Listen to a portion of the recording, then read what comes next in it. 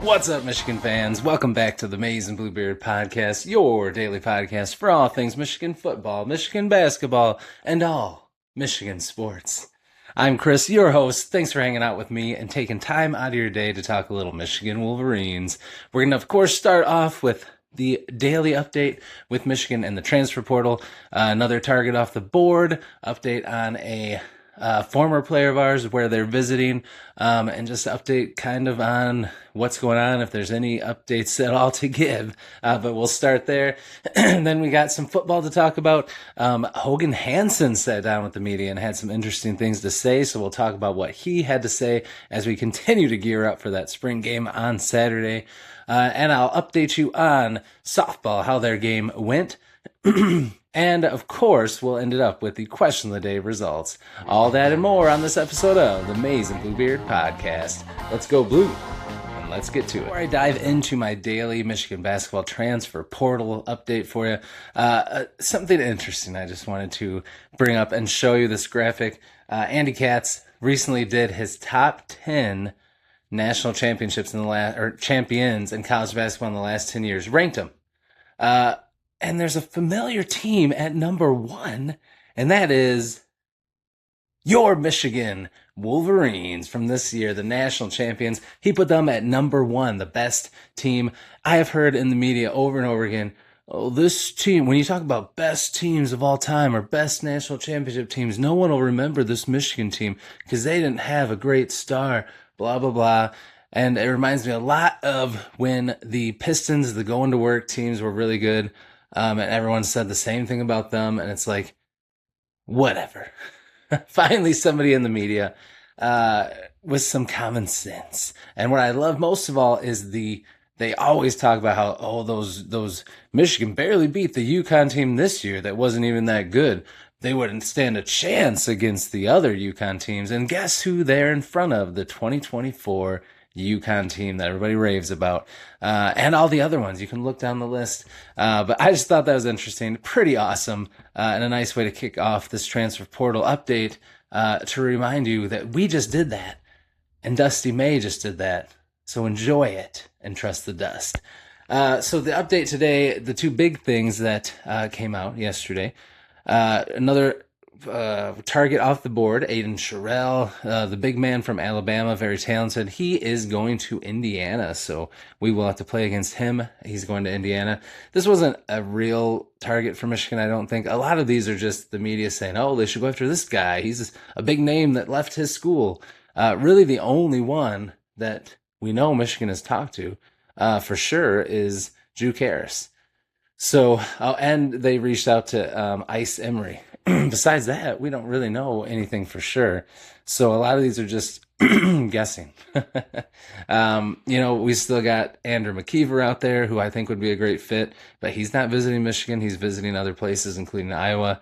A new one that some people are saying maybe, because when he was coming out of high school, Michigan did recruit him or try to recruit him. And that is UConn big man Eric Rabe. It could be Rabe, Reibe. I'm not sure. I'm going to be honest. But he's 7'1", has a lot of potential, a lot of talent. He can shoot the long ball, so he would fit what Dusty May likes to do as well. So that's one to keep an eye on, but I haven't heard any connection yet or visits planned. Like I said, again, it's just media throwing it out there. But he would fit. He would be a pretty awesome get. But we'll see. He just entered the transfer portal, so Michigan did try to recruit him. So remember, that is could be something. Could be something there. Another one that still people whisper about is Bryce Tiller from Kansas. The big man, of course, Florida Badungo, went to Louisville. But Tiller was one that early on had a lot of interest in Michigan, and Michigan was supposedly interested in him. But then after they got Estrella, it appeared that Tiller had cooled on Michigan and was looking elsewhere. But some people say maybe he's still hanging around. Maybe Michigan could talk to him and get him. Who knows? Like I said, just stuff. What'll stick at the wall and what can we write about, I mentioned Ice Emery, of course. That's one still to watch because Dusty May had reached out to him. Cameron Taylor from UNC Asheville, another great player, one to watch. And another one that's interesting, And I think this one is really just because he's a good player and he's out there and he hasn't committed anywhere yet. But that's Iowa State's Milan Momcilovic. Uh, 6'8", 225 pound, great player. It'd be incredible if Michigan got him, but yeah, I'm not sure. It's one of those ones that's like, I don't know. I haven't heard anything. It's just like he's out there. He's a great player. Who knows?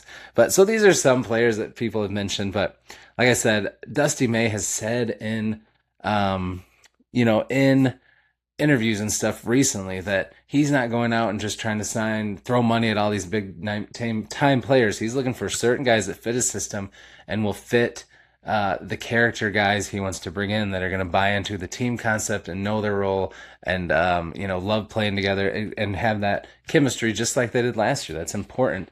But he's looking for players that are undervalued, underutilized, guys that have a lot of potential, but they just haven't had the opportunity yet. Just like Morris Johnson, just like Ede Mara, just like Elliot Cadeau. They hadn't been in the right situation. So he's looking and working on things behind the scenes, and he's waiting to see what Mara and Morris Johnson do with the NBA. He might be waiting to see what Duke Harris does, as I've said. So it's just going to be a waiting game. We'll see if anything happens this next week. But again, like I said, if you didn't watch yesterday's video, he finally has a base built. He's got good players coming back. He's got a good size, really good, really highly thought of recruiting class coming in.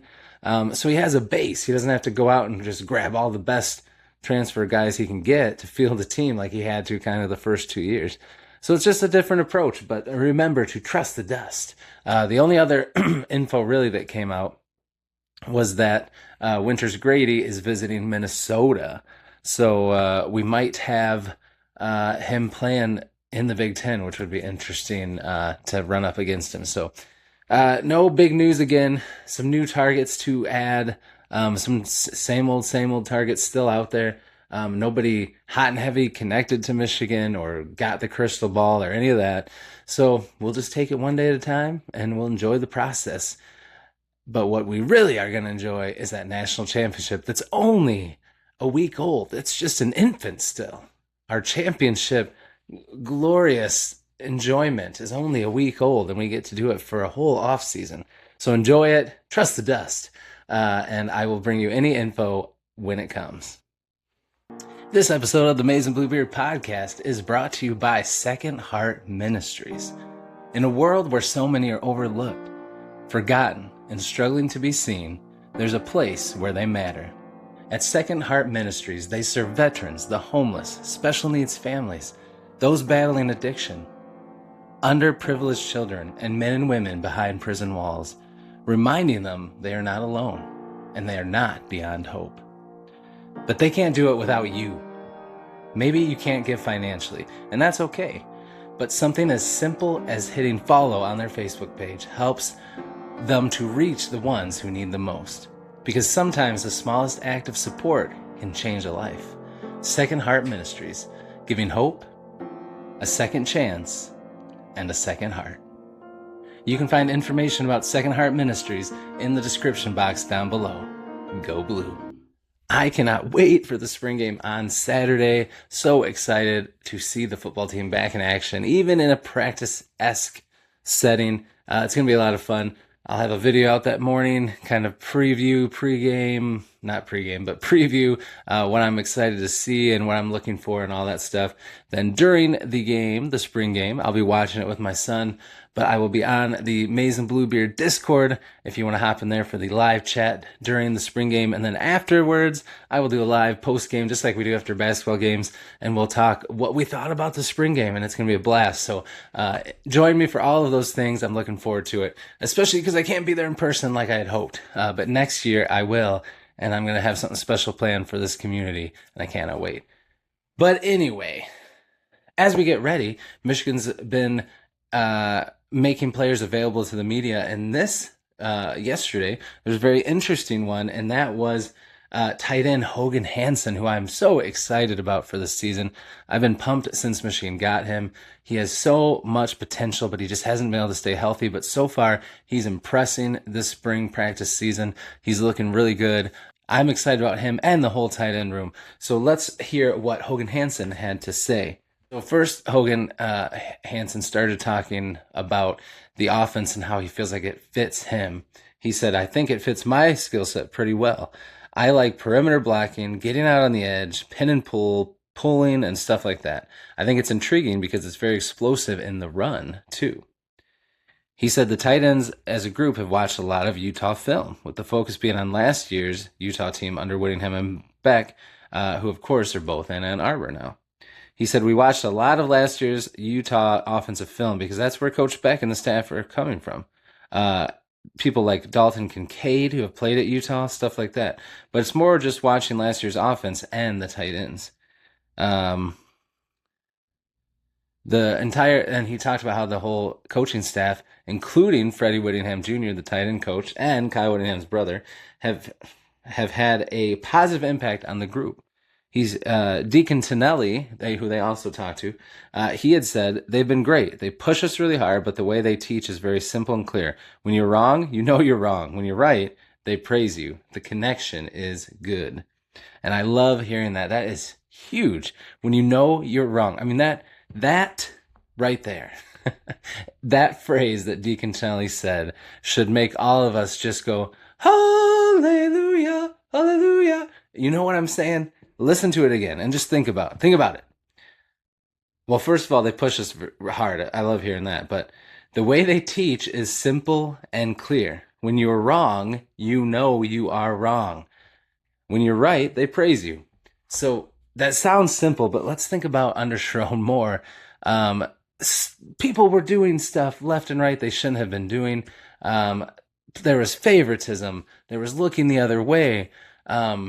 And there wasn't probably a ton of praise that meant anything, because whether you didn't do what you were supposed to do, whether you were wrong or right, you got praised if you were the favorites or the people that knew things they weren't supposed to know. Like, what a mess. And just to hear that already is just like, I love it. I love it. And both of them, of course, love the streamlined Michigan practices. We've talked about how they're more focused and attention to detail and streamlined, efficient, but they're shorter.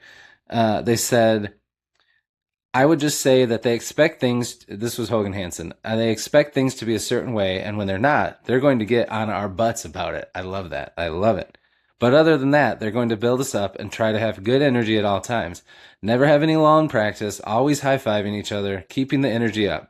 There's a law in the offense, not letting that happen, getting the energy back as quickly as possible.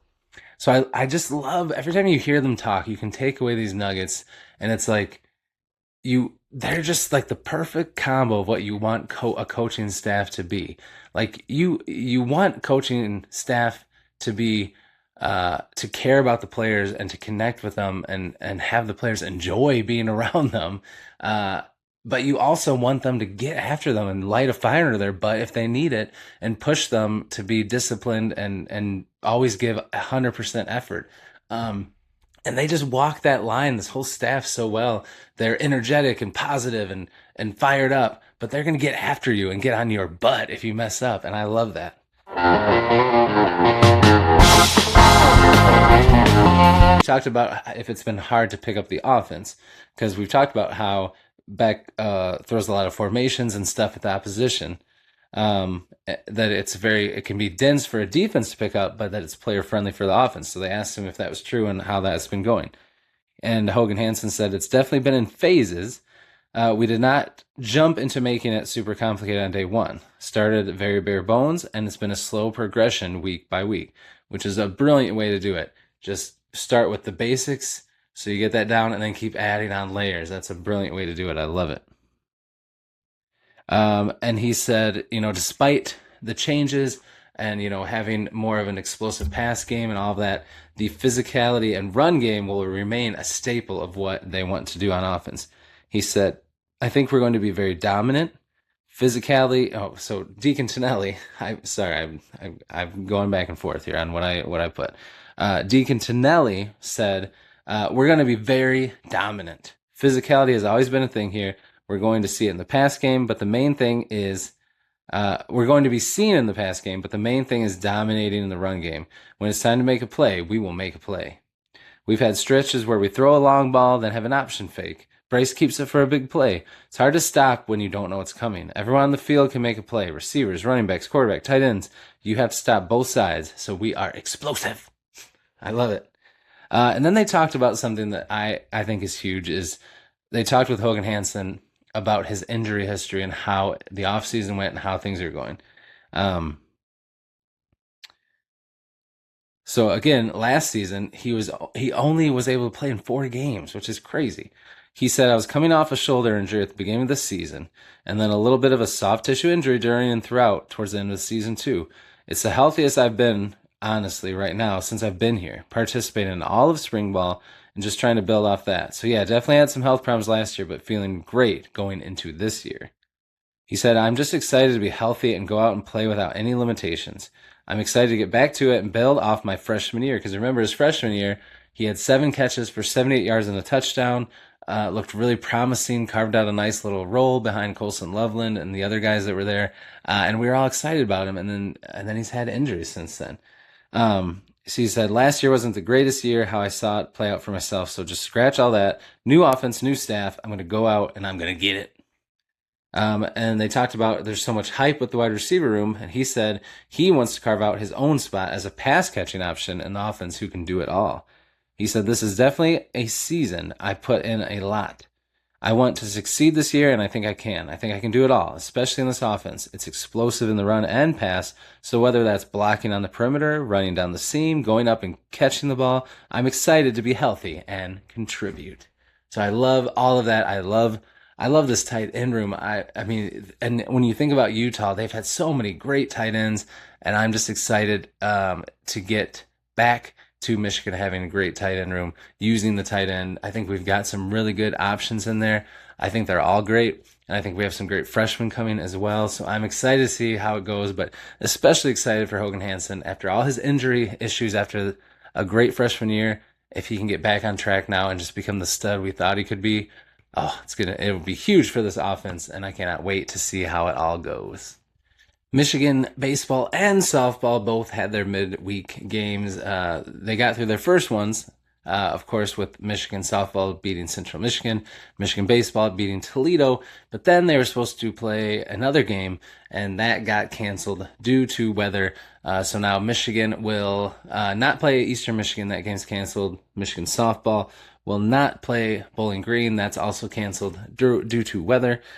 So they will play their weekend series. Michigan baseball will be playing Northwestern, and softball will be playing Wisconsin. So get ready for those weekend series and see if Michigan continue their hot streak. They're both on winning streaks. Hopefully they can keep it going. Now it's time for the question of the day results from yesterday. Remember, I do a question of the day every day. So if you haven't voted on today's question of the day poll, head on over to the community tab after this video and vote.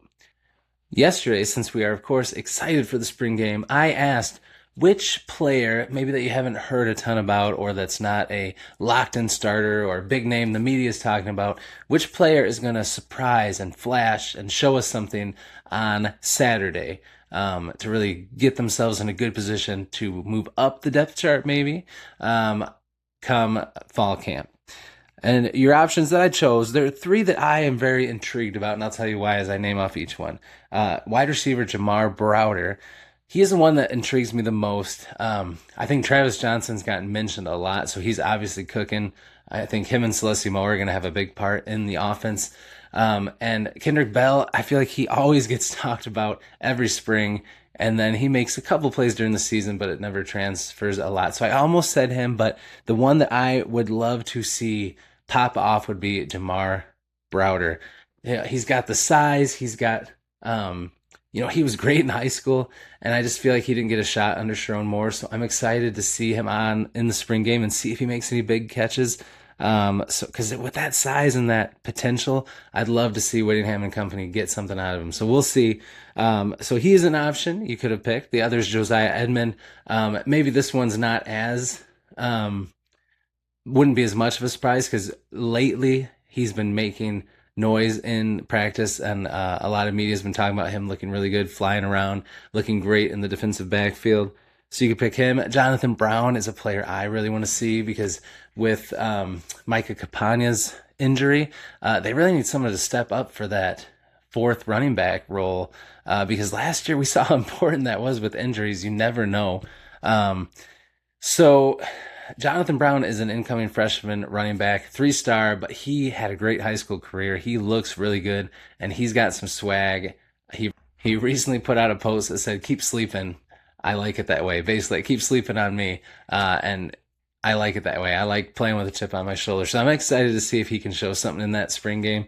I also would love to see Donovan Johnson, another last year who I thought was going to play a big role, and then he got an injury and didn't get the chance. So I want to see if some of these guys can take a step and maybe carve out that fourth role, start fighting for it. Maybe Taylor Tatum gets a shot there with Capania being hurt and a lot of other safeties stepping up. Maybe he's going to do both ways and see where he sticks. Who knows? We've barely heard anything about him this spring. So I'm interested about that. But definitely Jonathan Brown is one that I put on there, so you could pick him or somebody else, which I just mentioned a bunch of other guys too. But anyway, the results are in, and here they are. As you can see here, by a landslide, the winner was Jamar Browder, and I would pick that one too. I am intrigued by all of these, but I really want to see if he flashes and does something. I think that would be fantastic, and I think if he's on the field, he has a good chance too. So I think that'll be a great one. Some people asked about like Saban Hyder, and I feel like he's a stud. He's going to be a star. I don't even know how much he'll get to play because they already consider him a main part of the offense. But yeah, I mean, you could pick from a lot of guys, offense, defense, the linebackers, some of the defensive linemen, some more in the secondary. And we just don't know who's going to play it either. I mean, even offensive linemen, there's some guys I'm really excited to see. So I'm just excited overall. Tight ends, fullbacks, everywhere, across the board, quarterbacks, Tommy Carr. I kind of want to see what Chase Herbstreit looks like because we didn't get to see him play too much ever. So I'm excited to see him actually chuck the ball around. So there's a lot of fun stuff to look forward to, and I can't wait for it. Remember, if you haven't joined the Maize and Blue Beard Discord, it'll be linked down below because I'm going to be in there during the spring game for a live chat that you can just type away and chat to me while you're watching the game, and I'll do a live post game. So get ready for all that. It's going to be a fun day during the spring game. That's going to do it for this episode of the Maize and Bluebeard podcast. Thanks for hanging out with me. I hope you had a good time. If it's your first time here or you've been hanging out for a while and haven't hit that subscribe button yet, please do so now. You'll become a part of a great community and you'll help us get closer to 1,000 subs. And when we get there, I'm going to dye my beard maize and blue and do a live stream celebration to celebrate that great goal that we're going to meet together as a community. And I just have a lot of things planned. So become a part of the community so you can be a part of it. Also, hit the like button if you are subscribed or not. That helps YouTube know you're having fun and they'll send this out to more people. And leave a comment. That helps. And I respond to every comment. And I love to talk to you down there. So I will see you in the comments and I'll see you in the next video. And until I do, Michigan fans, as always, have a fantastic day and go blue.